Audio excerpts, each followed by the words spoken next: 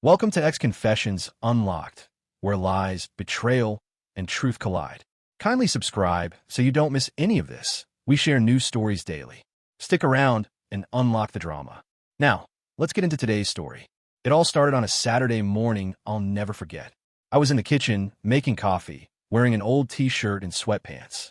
The weather outside was calm, gray sky, cool breeze. Just a regular day. Nothing special. Then I heard the knock at the front door. Not just a knock, a loud bang, bang, bang, like someone was trying to break it down. I walked over confused, opened it, and there they were, her brothers, all three of them, standing on my front porch like they were ready to fight. I barely had time to speak before the oldest one, Marcus, stepped inside, pushed the door open wider, and said, "Pack your things. You're leaving." "What?" I asked, completely shocked. "What are you talking about? You think we don't know what you did?" The younger one, Drew, said, eyes full of anger. "What are you even talking about?" I asked again. My heart started racing. That's when I saw her, my wife, standing behind them, arms crossed, not looking at me. "What's going on?" I asked her directly. She didn't answer, just shook her head like she was the victim. I couldn't believe what was happening. One minute I was making coffee, and the next I was being kicked out of my own house. Marcus said, "You better leave now before things get ugly." I looked around. These were the same guys I'd shared dinners with, helped move apartments, joked around with at barbecues. And now they were looking at me like I was some kind of monster. "Someone tell me what's going on," I said, louder now. "She told us everything." Marcus said, "You cheated. You lied. You've been sneaking around." My mouth went dry. Cheated? Lied? I hadn't done any of that. "I never cheated on her," I said calmly. "Ask her." But she didn't say a word. She just stared at the floor. That silence, her silence, was worse than anything they'd said. It hit me right then. She'd told them something terrible, something false, and she wasn't correcting it. I felt a pit in my stomach. Betrayal, confusion, anger, all at once. "I'm not going anywhere," I said. "This is my house too. You can fight us, or you can pack your stuff. Your choice," Marcus said, stepping closer. It wasn't worth a fight. Not there. Not with three angry guys and a wife who wouldn't even speak to me. So I grabbed my keys, my wallet, and walked out. Didn't even take my phone charger. I drove around for hours, trying to make sense of what just happened. What misunderstanding? What lies? That night, I stayed at a cheap hotel. Sat on the edge of the bed, staring at the wall, wondering how things had gone so wrong so fast. I kept thinking, she didn't even look at me. Not once. I didn't know it yet, but that moment, being pushed out of my own home, was just the beginning. The next morning, I woke up in that cheap hotel, my head still spinning. I kept checking my phone. No messages. No calls. Nothing from her. I finally texted her. "What happened yesterday? Why did you say I cheated?" No reply. A few hours later, I got a call. Not from her, but from her younger brother, Drew. "We're coming by your place to pack your stuff," he said like it was already decided. I laughed a little, out of shock more than anything. "You're not coming into my house without me there. It's my stuff. You don't get to touch it." He hung up. I started to realize something was really wrong here. This wasn't just a misunderstanding. This was planned. She wasn't talking to me. She had her brothers handle everything, like I was some enemy. Like I hadn't spent years building a life with her. I called a lawyer the next day, just to know my rights. He told me not to leave the house for good, because it could be seen as abandoning the home. I had every right to go back. So I did. I drove back a few days later, quietly, parked down the street, walked up to the door. I knocked. She opened it, surprised to see me. "We need to talk," I said. She looked uncomfortable, but let me in. I asked her again, calmly, "Why did you tell your brothers I cheated?" She looked down, then back at me. Her face was cold, distant. "I thought you were," she said. "What? Based on what?" "You were acting different. Always busy. Always tired. You barely touch me anymore." I stared at her in disbelief. "I've been working long hours," I said, "saving for our vacation, taking extra shifts. You never once asked if I was okay." She didn't respond. "So, instead of talking to me, you ran to your brothers? Told them I was cheating without proof." Her eyes darted away again. She couldn't even look at me. Then I asked the question I didn't want to ask. "Are you cheating?" She froze. That silence again. I felt my stomach drop. There it was. "You are, aren't you?" She didn't answer, but her face gave it away. "I knew something fell off," I said quietly, but I didn't want to believe it. She finally spoke. "It was just talking at first," she said. "Then it became more." I didn't yell. I didn't cry. I just sat down on the couch, the same couch we used to watch movies on, and felt the weight of everything hit me. "You told your brothers I cheated to cover up your own affair." She looked like she wanted to explain herself, maybe even cry. but I was past the point of caring about her excuses. "Get out," I said. She blinked. "What? You brought your brothers to kick me out. You lied. You made me look like a monster. You can leave now. This is my house too." "No. You lied to get me out. I came back. I'm not leaving again." She looked scared now. Not because I was angry, I wasn't even raising my voice, but because I was calm, firm, done. She left that night, packed a bag, and slammed the door behind her. And for the first time in weeks, I finally slept in my own bed. Alone, but in peace. Let me know when you're ready for part 3, where we'll go deeper into the fallout and how the truth starts to come out. The house was quiet after she left. Too quiet, honestly, but peaceful. I didn't blast music or drink or celebrate. I just sat at the kitchen table with a cup of coffee, staring at the front door, remembering how they barged in, how they treated me like I was trash. And all because of a lie. I knew the truth now. She had cheated. And to cover her tracks, she pointed the finger at me. Let her brothers storm into our house and drag me out like a criminal. But I wasn't going to sit in silence and let her get away with it. So I started gathering proof. I checked her shared phone plan. Found hours of late-night calls to a number I didn't recognize. When I searched it, it turned out to be a coworker she always said was just a friend. I remembered seeing that name once on a card she brought home. It had a little heart next to it.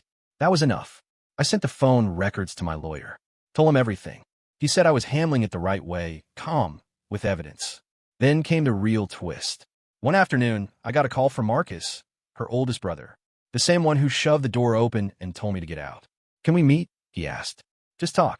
I was silent for a moment, then said, "Sure." Public place. We met at a coffee shop near his work. He looked uncomfortable, like he hadn't slept in days.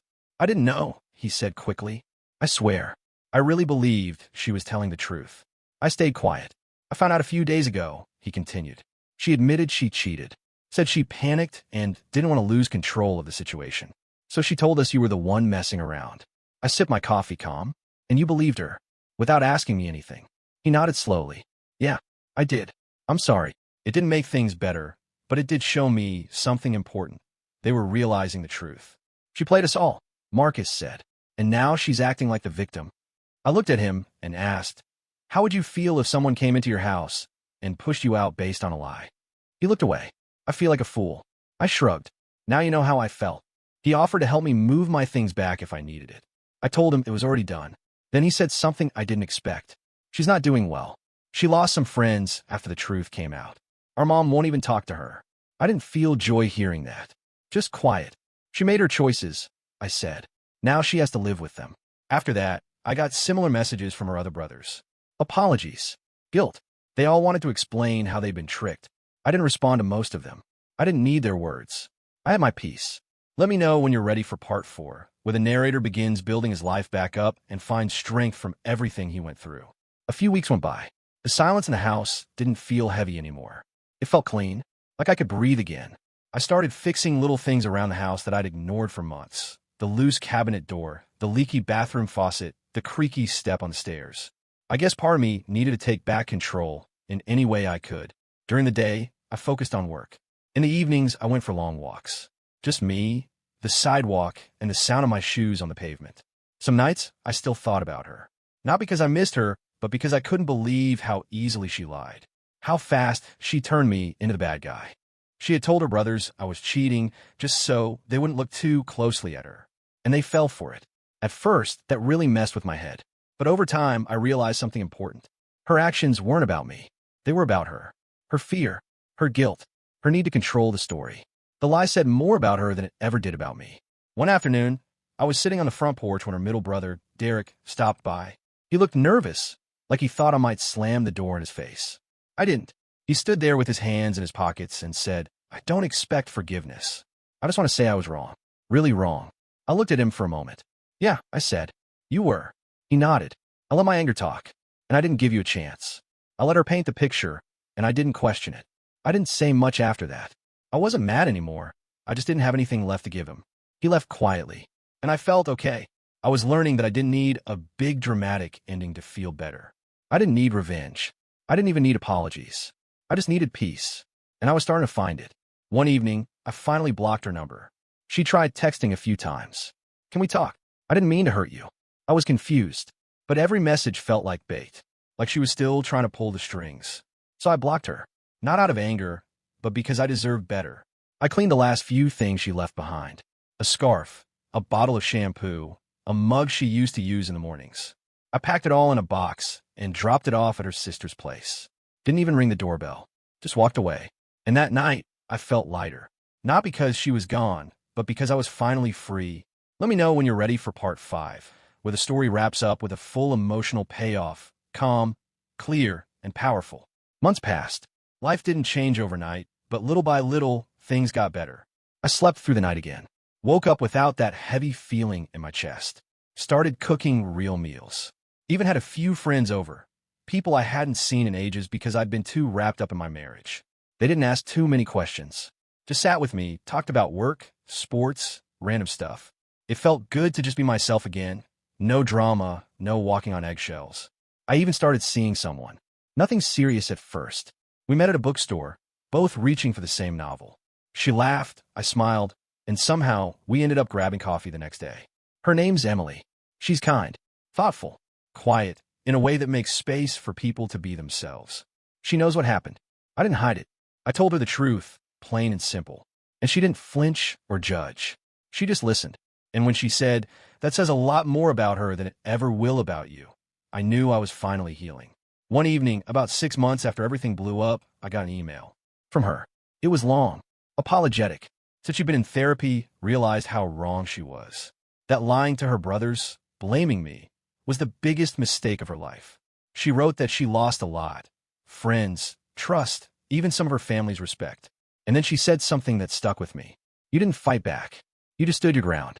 And now I see that's real strength." I didn't reply. Not because I hated her, but because I didn't need anything from her anymore.